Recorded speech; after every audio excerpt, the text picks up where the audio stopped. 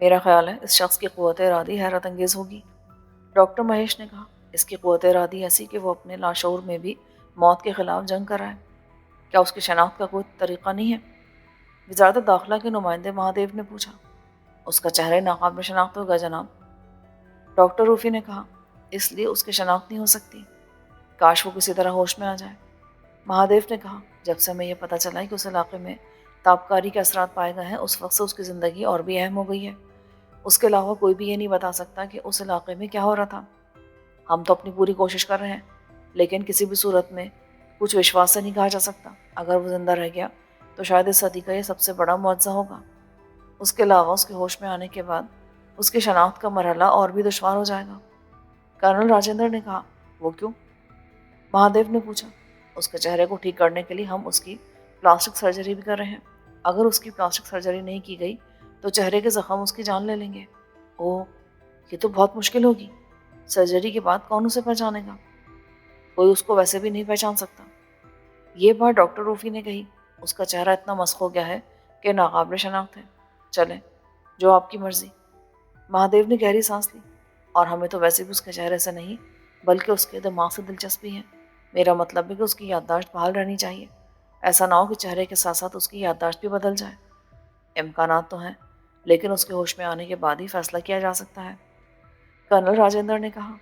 مہادیو کچھ دیر ان لوگوں کے ساتھ بیٹھنے کے بعد واپس چلا گیا۔ اس کے جانے کے بعد ڈاکٹر سے ایک بار پھر سر جوڑ کر مریض کے بارے میں بات کرنا شروع ہو گئے۔ ان دنوں ان کے پاس اس مریض کے علاوہ اور کوئی موضوع نہیں رہ گیا تھا۔ میٹنگ ختم ہونے کے بعد وہ چاروں پھر اس مریض کے کمرے میں آ گئے جہاں دو جونیئر ڈاکٹر مریض کے بستر کے پاس موجود تھے۔ اس وقت اسے خون دیا جا رہا تھا جبکہ آکسیجن کے سلنڈر اس کمرے میں تیار رکھے ہوئے تھے تاکہ کسی بھی ہنگامی صورتحال میں مریض کی سانسیں بحال کی جا سکیں۔ وہ چاروں کچھ دیر تک مریض کے روم میں رہے، پھر جونیئر ڈاکٹرز کو ہدایات دے کر واپس آ گئے۔ اب ان کے راستے الگ الگ تھے۔ کرنل راجندر کو اپنے بیس کی طرف جانا تھا جہاں کچھ لوگ اس کا انتظار کر رہے تھے۔ پروفیسر چوہان کو اپنے لیکچر کی تیاری کرنی تھی۔ ڈاکٹر روفی کو گھر واپس جانا تھا کہ وہ اپنی بیوی کو لے کر شادی کی ایک تقریب میں جا سکیں، جبکہ ڈاکٹر مہیش نے اپنی دوست نرملا کو ملنے کا وقت دے رکھا تھا۔ نرملا اور مہیش کی ملاقات ایک ریسٹوراں میں ہوئی تھی۔ ڈاکٹر مہیش جس وقت اس ریسٹوراں میں پہنچا، نرملا پہلے سے اس کے انتظار میں تھی۔ مہیش کو دیکھ کر اس نے برا سا منہ بنایا۔ وہ مسکراتا ہوا اس کے سامنے کرسی پر بیٹھ گیا۔ اتنی جلدی کس نے آنے کے لیے کہا تھا؟ کچھ دیر اور لگا دیتے۔ نرملا غصے سے بولی۔ ہم ڈاکٹرز کے لیے بہت سی مجبوریاں ہوا کرتی ہیں۔ میں تمہیں بتا چکا ہوں کہ آج کل ہمارے پاس ایک ایسا مریض آیا ہوا ہے جو تقریباً ختم ہو چکا ہے۔ بس یہ سمجھ لو کہ ہم سب مل کر ایک مردے میں جان ڈالنے کی کوشش کر رہے ہیں۔ اگر ہم کامیاب ہو گئے تو یہ بہت بڑا کارنامہ ہوگا ہمارا۔ بھئی میں تو اس مریض کا تذکرہ سنتے سنتے تنگ آ گئی ہوں۔ آخر اس میں ایسی کون سی خاص بات ہے؟ سب سے خاص بات تو اس کی قوت ارادی ہے۔ اتنی سخت جان ہم نے پہلے کبھی کسی کی نہیں دیکھی۔ کیا مریض کی شناخت ہو سکی ہے؟ ابھی تک تو اسے کوئی شناخت نہیں کر سکتا، مہیش نے کہا۔ اس کی وجہ یہ کہ بیچارے کا چہرہ بری طرح مسخ ہو گیا ہے۔ یہ تو واقعی بہت خراب صورتحال ہے۔ کیا اس کے جسم پر کوئی ایسا زخم نہیں ہے جس کی مدد سے اس کی شناخت کی جا سکے؟ کہ بہت سے لوگ اسی طرح پہچان لیے جاتے ہیں۔ یو آر رائٹ، لیکن اس کے ساتھ ایسی کوئی بھی بات نہیں ہے۔ اس کے جسم کی حالت بھی بہت بری ہے۔ البتہ اس کے ایک بازو پر کچھ ایسا نشان بنا ہے جیسے کسی سانپ کی دم ہو۔ صرف دم ہی سے پتہ چل سکی ہے۔ بازو کا گوشت بھی اپنی جگہ سے ادھڑ گیا ہے۔ اب تو مجھے بھی تمہارے مریض سے انٹرسٹ ہو گیا ہے۔ ایسے لوگ بہت کم پائے جاتے ہوں گے۔ ہم لوگ اس کی پلاسٹک سرجری کرنے والے ہیں تاکہ اس کے بکھرے ہوئے چہرے کو کوئی روپ دیا جا سکے۔ اور پلاسٹک سرجری کے بعد کیا اس کا چہرہ بدل جائے گا؟ بالکل۔ سنو، نرملا اچانک پرجوش دکھائی دینے لگی۔ اس نے مہیش کے ہاتھ پر اپنا ہاتھ رکھ دیا۔ کیا تم پلاسٹک سرجری کے ذریعے اس کے چہرے کو کوئی بھی روپ دے سکتے ہو؟ ہاں، پلاسٹک سرجری میں یہی ہوتا ہے۔ کوئی تصویر سامنے رکھ کر اسی تصویر کے مطابق مریض کے چہرے کو تراش دیا جاتا ہے۔ زخم بھر جانے کے بعد وہ مریض اسی تصویر کی طرح دکھائی دینے لگتا ہے۔ تو پھر تم اس مریض کو منوہر کا چہرہ دے دو نا۔ میں تمہارا یہ احسان کبھی نہیں بھولوں گی۔ کیا؟ یہ کیا کہہ رہی ہو؟ منوہر کا چہرہ؟ یہ کیسے ہو سکتا ہے؟ کیوں نہیں ہو سکتا؟ جب تم لوگ اس کے چہرے کو بدل ہی رہے ہو تو کسی اور کا چہرہ دینے کے بجائے اسے منوہر بنا دو نا۔ میں اس کی تصویر لا کر تمہیں دے دوں گی۔ میرے پاس اس کی سینکڑوں تصویریں ہیں۔ تم جانتے ہو کہ منوہر میری کمزوری ہے۔ میں جب بھی اسے دیکھا کروں گی یہ سمجھوں گی کہ منوہر کو دیکھ رہی ہو۔ تم تو پاگل ہو گئی ہو نرملا۔ اس طرح تم اپنی زندگی کو اور بھی روک لگا لو گی۔ تمہارے ذہن پر اس کا بہت خراب اثر پڑے گا۔ تم نہیں جانتے کہ ہم دونوں میں کتنی محبت تھی. ہم ایک دوسرے کو دیکھ دیکھ کر زندہ رہتے تھے. ماں باپ کی موت کے بعد میرے لیے سوائے منوہر کے اور کون تھا؟ کوئی بھی نہیں. وہی میرا بھائی بھی تھا اور وہی میرا باپ بھی. وہی میرا دوست تھا. اس نے میری خاطر بہت پریشانیاں برداشت کی، بہت دکھ اٹھائے. پھر وہ کسی کام سے کلکتے چلا گیا اور وہاں سے اس کی موت کی خبر آئی، وہ بھی اس انداز میں کہ اس کی لاش بھی دستیاب نہ ہو سکی. اب تم خود سوچو میرا کیا حال ہوا ہوگا، یا اس کے بغیر میری کیا کیفیت ہے. اگر تم نہ ہوتے تو شاید میں اب تک مر چکی ہوتی. اسی لیے میں چاہتی ہوں کہ تم اس مریض کو میرا منوہر بنا دو، میرا بھائی بنا دو. میں اسے صرف دیکھ لیا کروں گی. اسے کیا معلوم ہوگا کہ اس کا چہرہ کس کا ہے. یہ تمہارا احسان ہوگا مجھ پر. تم نے تو مجھے الجھن میں ڈال دیا نرملا. یہ سب کچھ اتنا آسان نہیں ہے. کیوں آسان نہیں ہے؟ اگر تم چاہو تو سب کچھ ہو سکتا ہے. یہ تمہارے اختیار میں ہے. تم اسے چہرہ ہی تو دے رہے ہو، میرے بھائی کا چہرہ کیوں نہیں دے سکتے پھر؟ ٹھیک ہے، میں اس مسئلے پر اپنی ٹیم سے بات کروں گا. دیکھنا یہ کہ وہ لوگ کیا کہتے ہیں. میرا خیال ہے کہ وہ مان ہی جائیں گے. وہ ایک کوئلہ گودام تھا. یہ گودام کولیری کے علاقے میں تھا. یہاں کی زمین کوئلہ اگلتی اور سرکار کے خزانے کو بڑھانے میں پورے ملک میں مشہور تھی. آس پاس کے علاقوں سے ہزاروں مرد اور بچے صبح ہوتے ہی اس علاقے میں اپنی مزدوری حاصل کرنے کے لیے آ جاتے تھے، اور کوئلوں کے ٹھیکیدار انہیں معمولی سے محنتانے کے عوض دن بھر کے لیے کام پر لگا دیتے.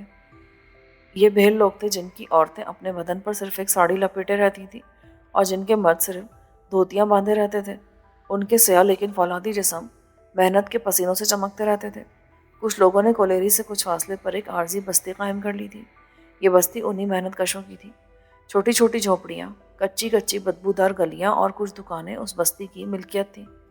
انہی محنت کشوں کے درمیان ایک باکشری بھی تھی جو 22-23 برس کی ایک بھیل عورت تھی. وہ بہت کم عمری میں بیوہ ہو گئی تھی. اس کا شوہر کوئلے کی کھدائی کے دوران ہلاک ہو گیا تھا اور ایسی اموات یہاں عام تھی. ٹھیکیدار باکشری کے ہاتھ پر 200 روپے رکھ کر اپنے فرض سے سبکدوش ہو گیا تھا. اس وقت سے باکشری ٹھیکیدار کے خلاف انتقام کی آگ میں اس طرح سلگ رہی تھی جیسے کسی چولہے میں کوئلوں کو دہکا دیا گیا ہو. اس ٹھیکیدار کا نام گھنشیام تھا اور اس علاقے میں سب سے بڑا ٹھیکیدار وہی تھا.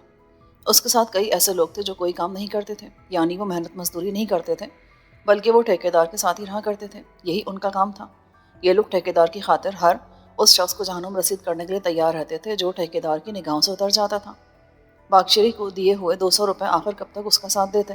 بالآخر ختم ہو گئے، اور ان روپوں کے ختم ہو جانے کے بعد باکشری کو احساس ہوا کہ اس کے ساتھ اور اس کے سرگواشی پتی کے ساتھ ناانصافی کی گئی ہے. 200 روپے اتنے اچھے انسان کی زندگی کا بدل نہیں ہو سکتے. یہ سوچ کر وہ ایک صبح ٹھیکیدار کے دفتر پہنچ گئی. دفتر کیا، چٹائیوں سے بنی ہوئی ایک جھگی تھی جو پیپل کے ایک بڑے سے پیڑ کے نیچے بنائی گئی تھی. ٹھیکیدار اور اس کے ساتھی سارا وقت اس جھگی سے باہر ہی بینچوں پر بیٹھے رہتے. یہیں ٹھیکیدار ایک کرسی پر بڑی شان کے ساتھ بیٹھا مزدوروں کی قسمت کا فیصلہ کرتا. باکشری کے سر پر جنون سوار تھا. وہ تنتناتی ہوئی ٹھیکیدار کے سامنے کھڑی ہو گئی. ٹھیکیدار کے پاس اس وقت بھی اس کے آدمی بیٹھے تھے. ان سبوں کی نگاہیں باکشری پر جم کے رہ گئیں کیونکہ وہ خود بھی کوئلے کی طرح سے لیکن کوئلے کی طرح چمکیلی اور کسی ہوئی تھی. کیا بات ہے ری، کیوں آئی ہے؟ تو میرا حساب کر دے ٹھیکیدار، 200 روپے کچھ بھی نہیں ہوتے. میرا پتی تیری غلطی کے کارن مرا ہے. تیرا شاید دماغ خراب ہو گیا.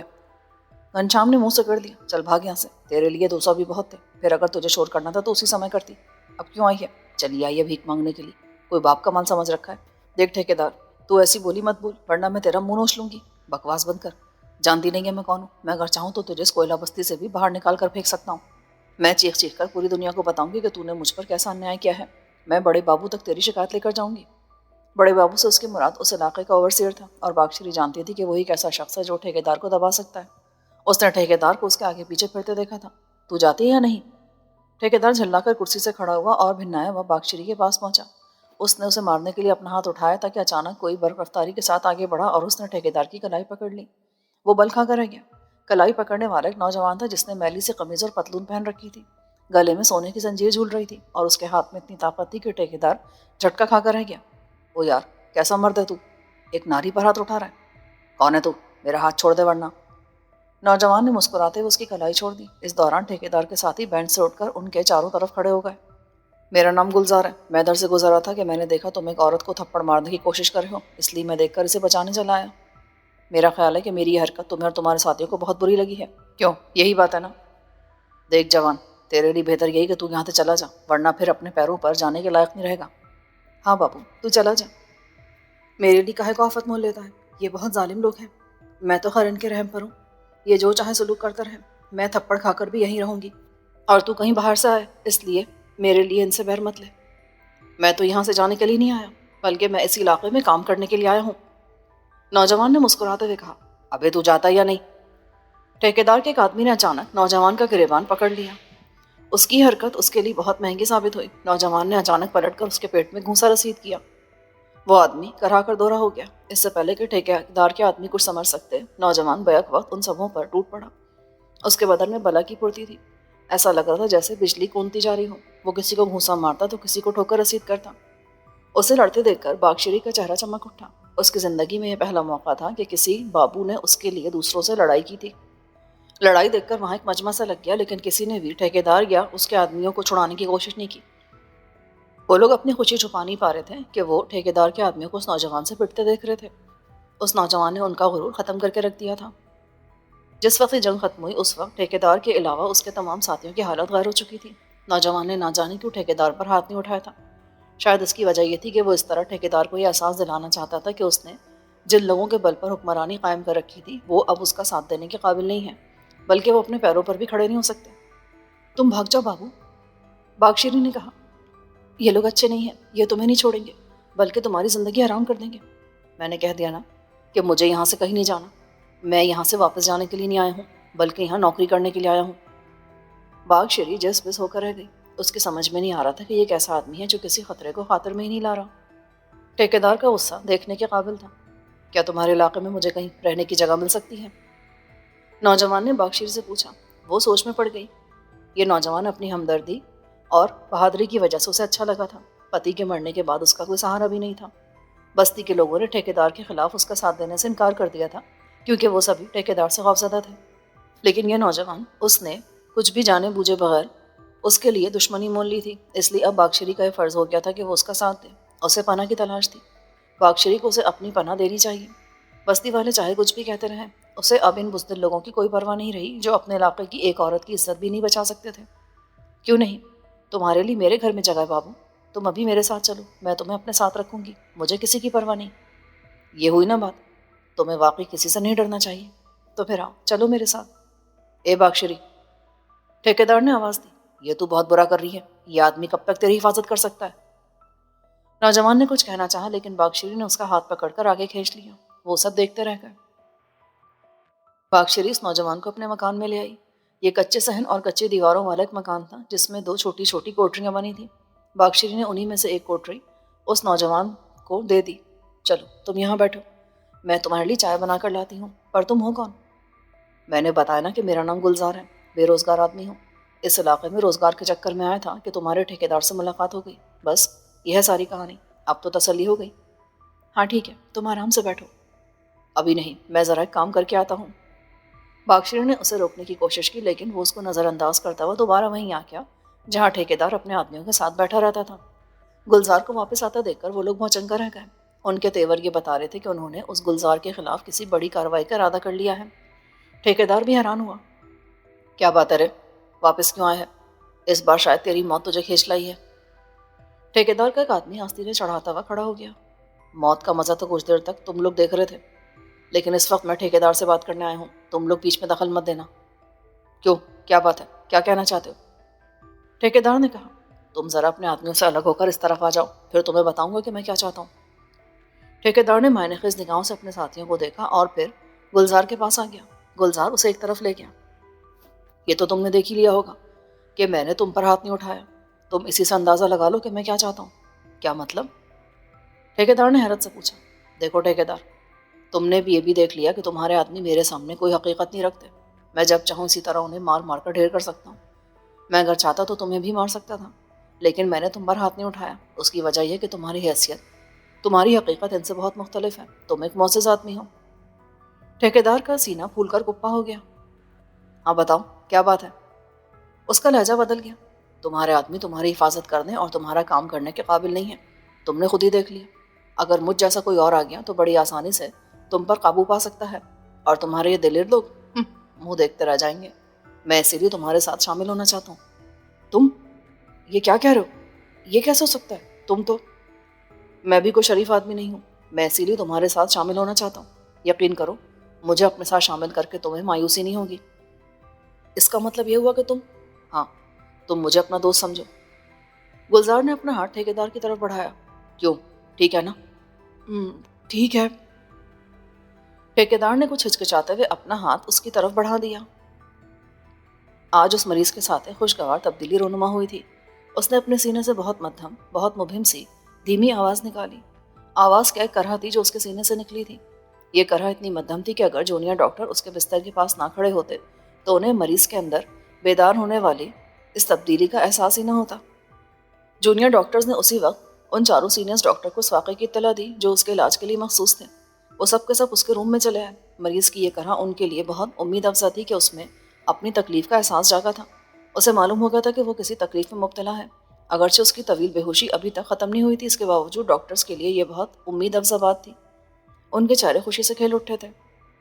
مریض کا معائنہ کیا گیا، پھر وہ میٹنگ روم میں چلے آئے جہاں اس مریض سے متعلق پورا ریکارڈ موجود تھا۔ وہ لوگ دیر تک اس ریکارڈ اور میڈیکل رپورٹس کا مطالعہ کرتے رہے، پھر یہ میٹنگ ختم ہو گئی۔ ڈاکٹر مہیش ابھی تک شش و پنج میں مبتلا تھا۔ اس نے نرملا سے یہ وعدہ تو کر لیا تھا کہ وہ پلاسٹک سرجری کے ذریعے مریض کی صورت کو اس کے بھائی منوہر کی شکل میں تبدیل کر دے گا، لیکن یہ کام آسان دکھائی نہیں دیتا تھا۔ اول تو پلاسٹک سرجری والے سرجن پر اس کا کوئی اختیار نہیں تھا، پھر دوسری بات یہ تھی کہ وہ کسی خاص صورت تبدیل کرنے پر اصرار نہیں کر سکتا تھا۔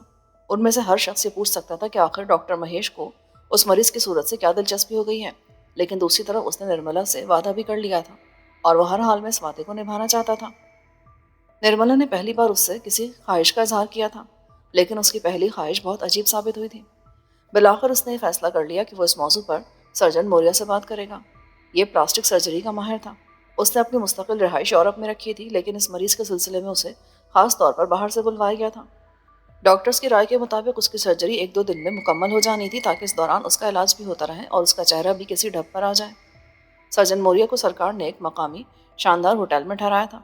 مہیش کو اسی ہوٹل کی طرف جانا تھا۔ وہ ہوٹل سے نکل کر پارکنگ لاٹ کی طرف بڑھا جہاں اس نے اپنی گاڑی کھڑی کی تھی۔ گاڑی کے پاس ہی وہ ٹھٹک کر رک گیا۔ گاڑی کے بونٹ سے ٹیک لگا ایک سادھو کھڑا تھا۔ سادھو کے بدن پر زرد رنگ کی ایک دھوتی تھی، گلے میں موٹے موٹے دانوں کی مالا پڑی تھی۔ اس کی داڑھی بڑھی ہوئی تھی اور بڑی بڑی آنکھیں اس طرح سرخ تھیں جیسے ان میں خون بھرا گیا ہو۔ مجموعی طور پر اس کی شخصیت ایسی تھی کہ اس کی طرف دیکھ کر ہال محسوس ہوتا تھا۔ ڈاکٹر مہیش کو دیکھ کر سادھو کے ہونٹوں پر ہلکی سے مسکراہٹ آ گئی۔ نمستے۔ بتاؤ مہاراج، میں تمہاری کیا سیوا کر سکتا ہوں؟ ڈاکٹر نے اس کے قریب پہنچ کر دونوں ہاتھ جوڑ دیے۔ بالک، میں تجھ سے تیرے جیون کا سودا کرنا چاہتا ہوں۔ بول، تجھے موت اچھی لگتی ہے یا جیون؟ میں سمجھا نہیں مہاراج، یہ آپ کیا کہہ رہے ہیں؟ ڈاکٹر کی آواز لرزنے لگی۔ دیوتاؤں کی یہ مرضی نہیں ہے کہ تو جس مریض کا علاج کر رہا ہے وہ ٹھیک ہو جائے۔ موت اس کے بھاگیہ میں لکھ دی گئی ہے، اسی لیے تو دیوتاؤں کی مرضی کے خلاف تو اسے کام نہ کر، اسے اس کے حال پر چھوڑ دے۔ اگر تو نے ایسا نہ کیا تو ہو سکتا ہے کہ خود تو کسی مصیبت میں پھنس جائے۔ ڈاکٹر مہیش حیران رہ گیا۔ اس سادھو نے ایک عجیب بات کہی تھی۔ اگر وہ کسی مریض کا علاج کر رہا تھا تو پھر اس میں دیوتاؤں کی خلاف مرضی کون سی بات تھی؟ اس کے علاوہ یہ بھی حیرت کی بات تھی کہ سادھو کو مریض کا پتہ کیسے چل گیا؟ اسے سادھو نے الجھا کے رکھ دیا تھا۔ خاموش کیوں ہو گیا بالک؟ کیا تجھے دیوتاؤں کی من مرضی پوری کرنا اچھا نہیں لگتا؟ یہ بات نہیں ہے مہاراج۔ وہ سنبھلا۔ میں تو یہ سوچ رہا ہوں کہ جب دیوتاؤں کی مرضی ہے تو وہ سیدھے سیدھے اسے مار کیوں نہیں دیتے؟ ڈاکٹروں کو علاج کرنے سے کیوں روک رہے ہیں؟ دیوتا تو سب کچھ کر سکتے ہیں۔ تو بالکل مورکھ ہے بالک۔ تجھے کیا معلوم کہ دیوتاؤں کی کیا مرضی ہے؟ وہ کس طرح کسی کے من میں شک پیدا کرتے ہیں، کسی سے کام لیتے ہیں، کسی کو اپنی مرضی سے جیسا جی چاہے ویسی موت دیتے ہیں اور کسی کے لیے کسی اور کو مقرر کرتے ہیں۔ تو دیوتاؤں کے بھید نہیں جان سکتا۔ مہیش کو اب اس سادھو سے وحشت سی ہونے لگی تھی۔ اس کا جی چاہ رہا تھا کہ وہ سادھو کو یہاں سے بھگا دے۔ یہ کیسا سادھو تھا جو ایک ڈاکٹر سے کہہ رہا تھا کہ وہ کسی مریض کی موت کا سامان کرے؟ معاف کیجیے گا مہاراج، میں ایک ڈاکٹر ہوں۔ میں نے مریضوں کی خدمت کرنے کے لیے قسم کھائی ہے۔ میرا کام ان کا علاج کرنا ہے، وہ ٹھیک ہوں یا نہ ہو یہ اوپر والے کی مرضی ہے۔ میں تو اپنا فرض پورا کروں گا، اس لیے میں یہ کام نہیں کر سکتا۔ ٹھیک ہے بالک، مرضی ہے تیری، پر تو نے انکار کر کے بہت برا کیا ہے۔ سادھو منہ ہی منہ میں بڑبڑاتا ہوا ایک طرف کو چلا گیا۔ اس کے جانے کے بعد مہیش کو خیال آیا کہ اسے بہت بڑی حماقت کر چکا ہے وہ سادھو اس مریض کا علاج نہ کرنے کے لیے کہہ رہا تھا۔ اس کا مطلب یہ تھا کہ وہ اس مریض کو جانتا تھا، چاہے یہ شناسائی نفرت اور غصے کے جذبے کے تحت ہی کیوں نہ ہو۔ اصل بات یہ تھی کہ وہ مریض اس سادھو کے لیے گمنام نہیں تھا۔ مہیش نے گاڑی سے اتر کر اس طرف دوڑ لگا دی جہاں اس نے سادھو کو جاتے دیکھا تھا، لیکن سادھو غائب ہو چکا تھا۔ اس نے ادھر ادھر نظریں دوڑائیں، پھر مایوس ہو کر گاڑی کی طرف واپس آ گیا۔ اس نے حماقت کر دی تھی، اب اس کا کوئی تدارک نہیں ہو سکتا تھا۔ پہلے اس کا خیال تھا کہ وہ دوسرے ڈاکٹرز کو بھی اس واقعے کے بارے میں بتا دے گا، لیکن اب اس نے اپنا ارادہ تبدیل کر دیا۔ وہ اپنے خیالوں میں الجھا ہوا سرجن موریا کے ہوٹل پہنچا۔ موریا سے اس کی ملاقات ہو چکی تھی، اسی لیے موریا نے کسی دقت کے بغیر اسے پہچان لیا۔ موریا ایک بوڑھا آدمی تھا جس کے سر کے بال اڑ چکے تھے، لیکن وہ ابھی بھی توانا تھا۔ آؤ ڈاکٹر مہیش، میں تم میں سے ہی کسی کی آمد کا منتظر تھا۔ یہ بتاؤ تمہارا پیشنٹ کیسا ہے؟ آج اس کے منہ سے ہلکی سی آواز نکلی ہے سرجن۔ بہت خوب، اس کا مطلب ہے کہ اس کے اندر زندگی موجود ہے۔ آپ کا کہہ رہا تھا سرجن؟ میرا مطلب ہے کہ آپ اپنا کام کب شروع کر رہے ہیں؟ کل رات۔ پلاسٹک سرجری کئی مرحلوں میں انجام تک پہنچتی ہے۔ یہ سرجری کے ساتھ ساتھ ایک قسم کا تخلیقی عمل بھی ہے۔ کسی شخص کو نئے خد و خال دینا اتنا آسان نہیں ہوتا۔ کیا آپ نے سوچا ہے کہ آپ اسے کون سی شکل دیں گے؟ نہیں بھائی، ابھی تک کوئی فیصلہ نہیں کیا۔ بہرحال سرجری کے سلسلے میں میرے نزدیک خاص اور اہم پہلو یہ ہوتا ہے کہ میں جغرافیائی عوامل کو بھی سامنے رکھا کروں۔ اگر میں کسی یورپ کے شخص کی پلاسٹک سرجری کروں گا تو میں اسے یورپ کے ہی شخص کے خد و خال دوں گا۔ ایسی کوشش کروں گا۔ ایسا نہیں ہوگا کہ اس کا تعلق تو یورپ سے ہے اور اس کی صورت ہندوستانی جیسی ہو گئی۔ یہ احتیاط ضروری ہے، ورنہ بہت سی پیچیدگیاں پیدا ہو جاتی ہیں۔ یہ تو بہت اچھی بات ہے۔ کیا خیال ہے میں آپ کو اپنی طرف سے ایک چہرہ دوں تو؟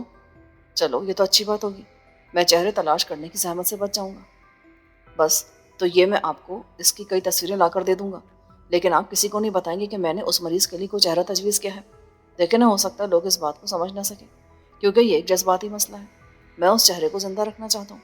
میری یہ خواہش ہے کہ وہ میری نگاہوں کے سامنے رہے، اسی لیے میں نے تجویز پیش کی ہے۔ آشا کہ آپ نے کوئی خیال نہیں کیا ہوگا؟ نہیں، میں سمجھ گیا ہوں کہ تم ایسا کیوں چاہتے ہو۔ بہرحال تم مجھے اس چہرے کی تصویریں دے دینا۔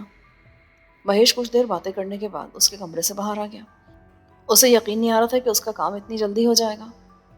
وہ سیڑھیاں اتر کر نیچے آیا، پھر کوریڈور سے گزرتا ہوا ہوٹل کے دروازے کی طرف بڑھا تھا کہ ایک لڑکی اس کے سامنے آ کر کھڑی ہو گئی۔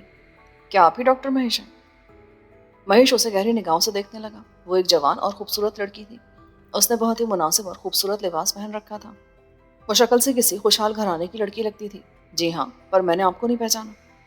کیا آپ کے پاس اتنا وقت ہے کہ آپ کچھ دیر بیٹھ کر میری بات سن سکیں؟ یقین کریں میں آپ کا زیادہ سمے نہیں لوں گی۔ ٹھیک ہے مس، میرے پاس تھوڑا بہت وقت ہے، تو پھر آئیے، باہر میری کار کھڑی ہے۔ آئی تھنک ہم گاڑی میں بیٹھ کر باتیں کر لیں تو زیادہ مناسب رہے گا۔ مہیش اس کے ساتھ گاڑی کی طرف بڑھتے ہوئے کچھ ہچکچانے لگا، لیکن لڑکی نے بے تکلف ہو کر اس کا ہاتھ تھام لیا۔ وہ لڑکی اسے اپنے ساتھ ہوٹل کے باہر پارکنگ لاٹ میں کھڑی گاڑی کی طرف لے آئی۔ گاڑی دیکھ کر مہیش کو معلوم ہو گیا کہ اس لڑکی کی خوشحالی کے متعلق اس کا اندازہ غلط نہیں تھا۔ اس کی گاڑی بہت شاندار تھی، اور گاڑی کے پاس کھڑا ہوا باوردی شوفر بھی بہت شاندار لگ رہا تھا، جو لڑکی کو دیکھتے مؤدب ہو گیا۔ ان کے قریب آتے ہی لڑکی نے ڈرائیور سے وہ ہاتھ کے اشارے سے چلے جانے کے لیے کہا۔ ڈرائیور مؤدبانہ انداز میں گاڑی کا پچھلا دروازہ کھول کر ایک طرف ہٹ گیا۔ چلیں، تشریف رکھیں۔ لڑکی نے پچھلی سیٹ کی طرف اشارہ کیا۔ مہیش کے ذہن سے اب لڑکی کی طرف سے کھٹکا دور ہو چکا تھا۔ وہ بڑے اطمینان کے ساتھ گاڑی کی پچھلی سیٹ پر بیٹھ گیا۔ لڑکی بھی آ کر اس کے برابر میں بیٹھ گئی۔ گاڑی کا دروازہ بند ہوا، پھر مہیش کو کوئی ہوش نہ رہا۔ نہ جانے کس طرف سے ایک ایسا گیس کا بھپکا آیا کہ اس کی سانسیں گھٹنے لگی، ہاتھ پیروں سے جان نکلنے لگی۔ اس نے بے بسی سے اپنے ہاتھ پاؤں مارے، لیکن اس کی گردن ایک طرف کو ڈھلک گئی۔ وہ بے ہوش ہو چکا تھا۔ بستی والوں کے لیے یہ بہت ہی حیرت کی بات تھی کہ اس نوجوان نے ٹھیکیدار کا ساتھ دینا شروع کر دیا تھا۔ باکشری نے گلزار سے جب اس معاملے پر بات کی تو گلزار نے اسے سمجھا دیا۔ دیکھ باکشری، میں جو کچھ کر رہا ہوں تیری وجہ سے کر رہا ہوں۔ تو خود سوچ میں کب تک تیری خبر گیری کر سکتا تھا۔ اسی لیے میں نے مصلحتاً ٹھیکیدار اور اس کے آدمیوں سے دوستی کر لی ہے۔ اس دوستی سے مجھے کوئی فائدہ نہیں ہوگا، لیکن ان لوگوں سے تمہاری جان چھوٹ جائے گی۔ باکشری کی سمجھ میں یہ بات تو نہیں آئی، پر وہ خاموش ہو گئی۔ ویسے بھی اس کا اس شخص پر کوئی حق نہیں تھا جو نہ جانے کہاں سے اس بستی میں اور اس کے پاس چلا آیا تھا۔ باکشری کی طرح خود ٹھیکیدار گھنشیام بھی اس نوجوان کی طرف سے بہت حیران تھا۔ کہاں تو اس نے دشمن بن کر اس کے ساتھیوں کی ٹھکائی کر دی تھی، اور کہاں وہ اس سے چپک کر رہ گیا تھا۔ ٹھیکیدار کے ساتھ اسے رہتے ہوئے 3 دن ہو چکے تھے، اور ابھی تک اس نے ٹھیکیدار سے کسی کام کے لیے بھی نہیں کہا تھا۔ ایسا لگتا تھا جیسے اس کے یہاں آنے کا مقصد یہی ہو کہ وہ ٹھیکیدار کے ساتھ رہنا چاہتا ہے۔ ٹھیکیدار کے ساتھی اس نوجوان سے بہت غصے میں تھے۔ ان کے دلوں میں گلزار کے خلاف انتقام کی آگ جل رہی تھی، لیکن وہ ٹھیکیدار کی وجہ سے کچھ کہہ نہیں سکتے تھے۔ تیسرے دن گھنشیام اس نوجوان کو تنہائی میں لے آیا۔ وہ اس سے اس کا بھید جاننا چاہتا تھا۔ تم مجھے صرف یہ بتا دو کہ تم چاہتے کیا ہو۔ اب مجھ سے یہ مت کہنا کہ تم میرے محافظ بن کر اس بستی میں رہنے کے لیے آئے ہو۔ نہیں، میں اس بات پر وشواس نہیں کروں گا۔ مجھے صاف صاف بتا دو کہ تمہاری آمد کا مقصد کیا ہے۔ ٹھیک ہے بھائی، ہم مجھے بتانا ہی ہوگا۔ یہ علاقہ کوئلے کی کانوں کے لیے بہت مشہور ہے۔ یہاں اس کے علاوہ اور کوئی کام نہیں ہوتا۔ یہاں کے مزدور لوگ دن بھر پہاڑ توڑتے ہیں، سرنگوں میں جا کر کام کرتے ہیں۔ یہ بیچارے کانوں سے نکلتے ہیں اور سیدھے اپنے اپنے جھوپڑوں میں چلے جاتے ہیں. ان کے پاس کوئی بیٹھک نہیں, کوئی تفریح نہیں, کوئی کھیل تماشا نہیں. کیوں, تم میری بات سمجھ رہے ہو نا؟ بہت اچھی طرح. پھر تم ان کے لیے کیا چاہتے ہو؟ دیکھو بھائی, تم اس علاقے کے سب سے طاقتور آدمی ہو, اسی لیے اس کام میں تمہارا تعاون بہت ضروری ہے. میں جو کچھ بھی کرنا چاہتا ہوں وہ تمہاری مدد سے کرنا چاہتا ہوں. بات کیا ہے آخر؟ Brown sugar. تم سمجھ گئے ہوگے کہ یہ براؤن شوگر کیا ہوتا ہے. میں یہاں کے مزدوروں میں یہ شوگر پھیلانا چاہتا ہوں. یہ لوگ ترنگ میں آ کر کام بھی زیادہ کریں گے, مزدوری بھی کم لیں گے اور تمہاری بھی چاندی ہو جائے گی, کیونکہ ہم تمہیں اس کا باقاعدہ کمیشن ادا کریں گے. کہو منظور ہے؟ ٹھیکیدار کی آنکھیں چمک اٹھی. آج پہلی دفعہ اس کے علاقے میں کوئی ایسا شخص آیا تھا جو اس کے فائدے کی بات کر رہا تھا. اس کام میں تو خطرہ بہت ہے. پولیس کو پتہ چل گیا تو؟ خطرہ جتنا بھی ہو, اس کی ذمہ داری ہم پر. ہم لوگ ہر قسم کے خطروں سے نمٹنا جانتے ہیں. تم صرف ہماری مدد کا وعدہ کر لو, اس کے علاوہ ہمیں اور کچھ نہیں چاہیے. تم اس علاقے سے بہت اچھی طرح واقف ہو. تمہیں معلوم ہوگا کہ کہاں کہاں پر اس کے اڈے قائم کیے جا سکتے ہیں, کن کن لوگوں سے مال کی سپلائی کا کام لیا جا سکتا ہے. یہ بات تو ہے, پر تم آدمی کس کے ہو؟ داور کا. وہ اس لائن کا بہت بڑا آدمی ہے. کیا تم نے کبھی اس کا نام سنا ہے؟ نہیں, میں نے تو یہ نام پہلے کبھی نہیں سنا. چونکہ تم اس علاقے سے باہر نہیں گئے ہو نا, اس لیے تم اس کے نام سے ناواقف ہو. تم اپنے کسی آدمی کو بمبئی بھیج کر معلوم کروا لو کہ داور کون ہے. پورا بمبئی تمہیں اس کے بارے میں بتا دے گا. اس سے زیادہ خطرناک آدمی تم نے اپنی زندگی میں کبھی نہیں دیکھا ہوگا. خطرناک تو تم بھی کم نہیں ہو. میں اس کے مقابلے میں چوٹی کی طرح ہوں. وہ جب چاہے مجھے مسل کر پھینک سکتا ہے. اس کا مطلب یہ ہو کہ اس کے ساتھ غفلت بھی نہیں کی جا سکتی. ہرگز نہیں. وہ دوستوں کا دوست اور دشمنوں کا دشمن ہے. اگر اس نے ایک بار تمہیں اپنا دوست بنا لیا تو پھر تمہاری طرف کوئی آنکھ اٹھا کر بھی نہیں دیکھ سکے گا, چاہے وہ حکومت کا کتنا ہی بڑا آدمی کیوں نہ ہو. وہ اپنے ساتھیوں کو دل کھول کر معاوضہ دینے کا عادی ہے, لیکن اگر اس کے ساتھ دھوکہ کیا گیا تو پھر اس کے عذاب سے بچنا بھی مشکل ہو جاتا ہے. اب تم یہ بتاؤ کہ میرا ساتھ دے کر داور کو اپنا دوست بنا رہے ہو یا دشمن؟ ٹھیکیدار کی پیشانی پر بل پڑ گئے. یہ نوجوان جب سے اس بستی میں آیا تھا اس وقت سے اس کی حقیقت کو مسلسل چیلنج کیا جا رہا تھا, ورنہ اس سے پہلے وہ بہت ٹھیک ٹھاک زندگی گزارا تھا. براؤن شوگر والا دھندا نہ صحیح, کوئلے کی ٹھیکیداری میں بھی اچھا خاصا منافع مل جاتا تھا, لیکن اب یہ نوجوان خود تو نازل ہوا ہی تھا اور اپنے ساتھ ساتھ کسی اور کی خوشخبری بھی لیتا آیا تھا. اس وقت ٹھیکیدار کے ذہن میں بس یہی بات تھی کہ اگر وہ اس نوجوان کے ساتھ کام کرنے پر راضی ہو گیا تو پھر اس کی اپنی حیثیت ختم ہو کر رہ جائے گی. اگر میں تمہاری بات نہ مانوں تو؟ ٹھیکیدار نے کہا. ایسی صورت میں تمہارے لیے بہت پریشانی پیدا ہو جائے گی. یہ میں دھمکی نہیں دے رہا ہوں, بلکہ تمہیں حقیقت سے آگاہ کر رہا ہوں. تم نہیں جانتے کہ داور کس بلا کا نام ہے. اگر تم چاہو تو اس سے مل کر خود ہی اس سے بات کر لو. اس سے ملنے کے بعد ہی تمہیں اس کی طاقت کا اندازہ ہو جائے گا. کیا مطلب؟ کیا وہ یہیں رہتا ہے؟ یہاں رہتا نہیں ہے, بلکہ اس طرف آیا ہوا ہے. اس کا کام ہی یہی ہے.